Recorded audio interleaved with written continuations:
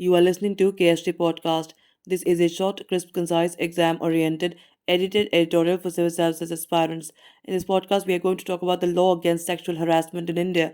Source for the content is Konen Sharif M's article for the Indian Express.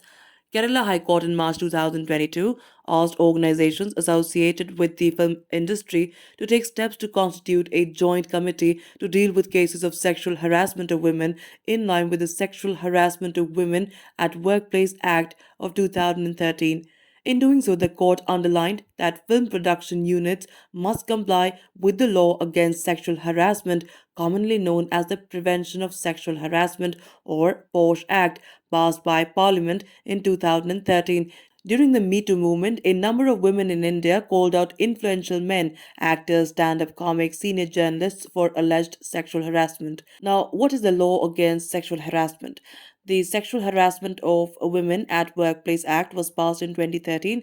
It defined sexual harassment, laid down the procedures for a complaint and inquiry, and the action to be taken. It broadened the Vishaka guidelines, which were already in place. The Vishaka guidelines were laid down by the Supreme Court in a judgment in 1997. This was in a case filed by women's rights groups, one of which was Vishaka.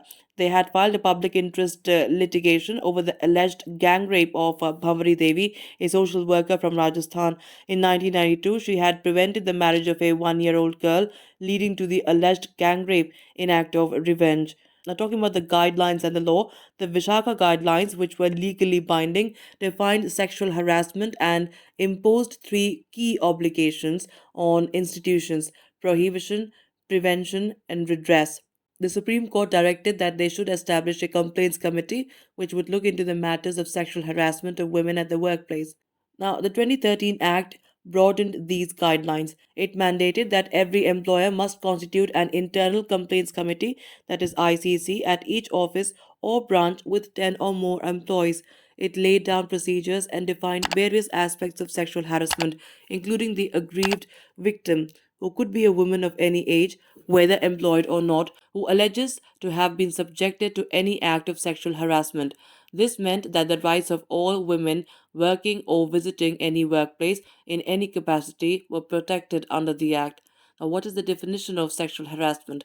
Under the 2013 law, sexual harassment includes any one or more of the following unwelcome acts or behavior committed directly or by implication. This could involve physical contact and advances, a demand or request for sexual favors, sexually colored remarks, showing pornography, any other unwelcome physical, verbal, or non verbal conduct of sexual nature. Now, the Ministry of Women and Child Development has published a handbook on sexual harassment of women at workplace with more detailed instances of behavior that constitutes sexual harassment at the workplace. These include, broadly, sexually suggestive remarks or innuendos, serious or repeated offensive remarks, inappropriate questions or remarks about a person's sex life, display of sexist or offensive pictures, posters, MMS, SMS, WhatsApp, or emails, intimidation, threats, blackmail around sexual favors, also threats, intimidation, or retaliation against an employee who speaks up about these. Unwelcome social invitations with the sexual overtones, commonly seen as flirting, and unwelcome sexual advances. The handbook says unwelcome behavior is experienced when the victim feels bad or powerless. It causes anger or sadness or negative self esteem. It adds unwelcome behavior is one which is illegal, demeaning, invading, one sided, and power based.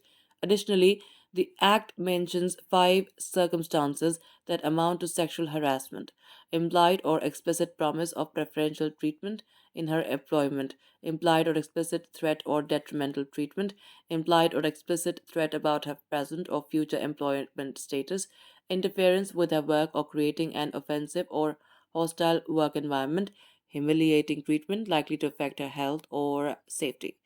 Now, what is the procedure for complaint? Technically, it is not compulsory for the aggrieved victim to file a complaint for the ICC to act.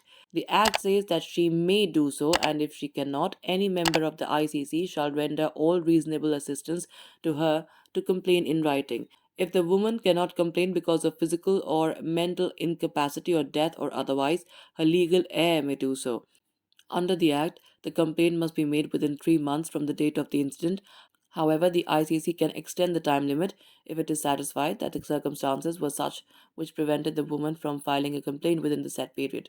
The ICC may, before inquiry and at the request of the aggrieved woman, take steps to settle the matter between her and the respondent through conciliation, provided that no monetary settlement shall be made as a basis of conciliation.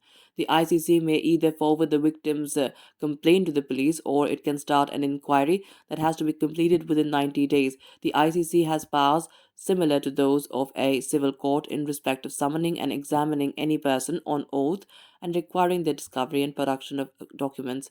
When the inquiry is completed, the ICC must provide a report of its findings to the employer within 10 days. The report is also made available to both parties. The identity of the woman, respondent, witness, any information on the inquiry, recommendation, and action taken, the Act states should not be made public. That's it for this podcast. Thank you so much for listening. To join KSG India courses and to crack the ICE exam, visit ksgindia.com. You can also get a PDF of this podcast on ksgindia.com. Thanks for listening.